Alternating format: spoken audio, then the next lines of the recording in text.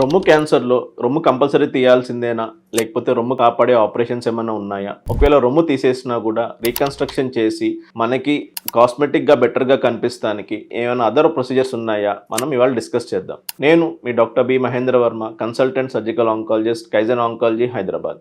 So మనకి రొమ్ము క్యాన్సర్లో చూస్తే చాలామందికి భయపడేది ఏంటంటే, రొమ్ము క్యాన్సర్ ఒక చిన్న గడ్డ ఎక్కడ వచ్చినా కూడా మొత్తం రొమ్ము తీస్తేనే క్యాన్సర్ మొత్తం పోతుందని అపోహ ఉంది. సో అది తప్పు.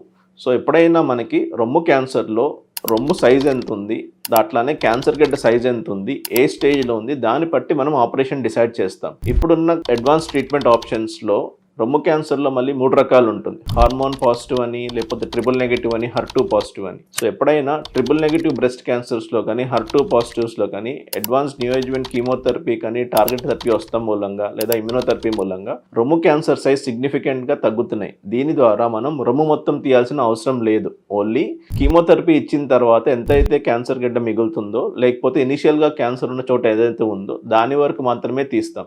దీని ద్వారా రొమ్ము మొత్తం తీయాల్సిన అవసరం ఉండదు. సో అందరు అడిగే డౌట్ ఏంటి అంటే, సార్ రొమ్ము మొత్తం తీయట్లేదు, కొంచెమే తీస్తున్నాం, మిగిలిన రొమ్ములో మళ్ళీ క్యాన్సర్ రావచ్చా? సో అందుకే బ్రెస్ట్ కన్జర్వేషన్ సర్జరీ, రొమ్ము మొత్తం తీయకుండా చేసిన సర్జరీస్లో మనం రేడియేషన్ ఇస్తాం.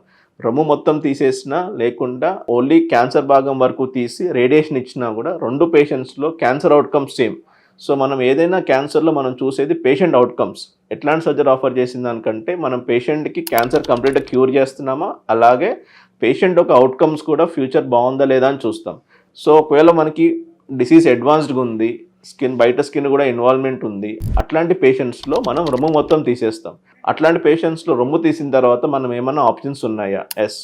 సో మనకి దాంట్లో కూడా ప్లాస్టిక్ సర్జరీ అంటాం. అంటే మనం వేరే చోట నుంచి, అంటే కడుపు దగ్గర నుంచి భాగం కానీ, లేకపోతే బ్యాక్ నుంచి కానీ మనం స్కిన్ ఇంకా మజిల్ తీసి రొమ్ము తీసేసిన ప్లేస్లో పెడతాం ద్వారా మనకి ఏదైతే బ్రెస్ట్ క్యాన్సర్ వచ్చిందో ఆపోజిట్ బ్రెస్ట్తో పోల్చుకుంటే 2 కూడా సిమిలర్ సైజులో ఉండేటట్టు, కాస్మెటిక్గా బాగుండేటట్టు ఆప్షన్స్ ఉన్నాయి.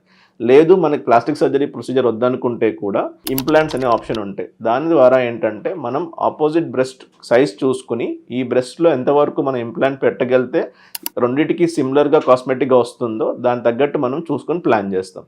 సో దట్ పేషెంట్ రేపొద్దున, ఎందుకంటే రొమ్ము తీసినప్పుడు చాలామంది సైకలాజికల్గా ఇబ్బంది పడతారు. ఒక సైడ్ డిఫరెంట్గా ఉంది, ఇంకొక సైడ్ డిఫరెంట్గా ఉంది. సో ఈ ప్లాస్టిక్ సర్జరీ కానీ రీకన్స్ట్రక్టివ్ ప్రాసెస్ ఉండటం మూలంగా వాళ్ళకి సైకలాజికల్ కూడా అడ్వాంటేజ్ ఉంటుంది, అట్లానే క్యాన్సర్ ఫ్రీగా ఉంటారు. రేపొద్దున మనకి నార్మల్ లైఫ్ లీడ్ చేస్తానికి కూడా ఈజీగా ఉంటుంది. సో మనం ఎప్పుడైనా డిసైడ్ చేసినప్పుడు ఫస్ట్ మన ప్రైమరీ గోల్ వచ్చేసి క్యాన్సర్ ప్రాపర్గా సీక్వెన్షియల్గా ఏదైతే మనకి గైడ్లైన్స్ ఉన్నాయో దాని ప్రకారం ట్రీట్ చేస్తాం.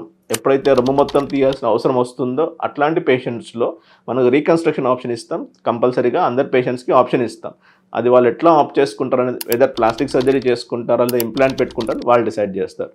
సో బ్రెస్ట్ క్యాన్సర్ యొక్క అప్డేట్స్, ఫర్దర్ ట్రీట్మెంట్స్ ఏమైనా కావాలి అంటే కైజన్ ఆంకాలజీ ఫాలో అవ్వండి. అక్కడ మీ ఫర్దర్ అప్డేట్స్ క్యాన్సర్ గురించి లభించును. Thank you.